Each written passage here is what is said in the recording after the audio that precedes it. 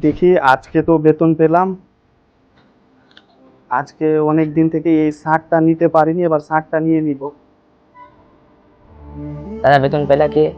আরে বেতন তো দিল, 1,000 টাকা আবার কেটে নিল। এই মাসে 4টা ছুটি হয়ে গেল ভাই বলে। কি হলো রে, কিছু দরকার আছে? দাদা স্কুলের বেতন লাগবে, ওটার জন্য বই খাতাও লাগবে দাদা। কত টাকা লাগবে রে? টোটাল 2,000 টাকা লাগবে। আনাদ, আমি তোকে অনেক কষ্ট করে পড়াচ্ছি, একটু মন দিয়ে পড়াশোনা করিস তুই। পড়ি। ঠিক আছে দাদা। যা। দাদা আমার বন্ধুরা সবাই দীঘা ঘুরতে যাচ্ছে, তো আমিও যাবো, কিছু টাকার দরকার। এখন তো টাকার অসুবিধা চলছে রে, পরে গেলে হবে না? না দাদা, আমার বন্ধুরা সবাই যাচ্ছে, তো আমাকে একা একা ভালো লাগবে না। এই যে 1,000 টাকা, ঠিক আছে যা। আজকে যদি আমার ভাড়াটা না দিয়েছে তো বাড়ি খালি করিয়ে দিব। ঘরগুলো ঘরগুলো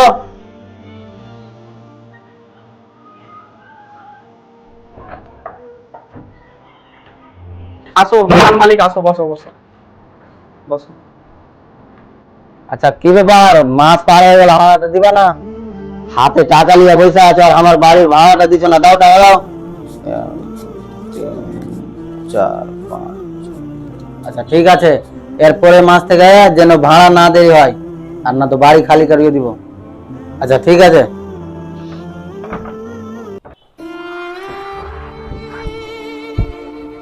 এই আল্লাহ, ভেবেছিলাম বেতন পেলে শার্টটা নিব, এখন বেতন পেয়েও শার্টটা নিতে পারলাম না। মিডিল ক্লাস ফ্যামিলিদের ছেলেদের জীবন, সংসারের সবার খুশির জন্য নিজের খুশিটাকে কুরবানি করে দিতে হয়।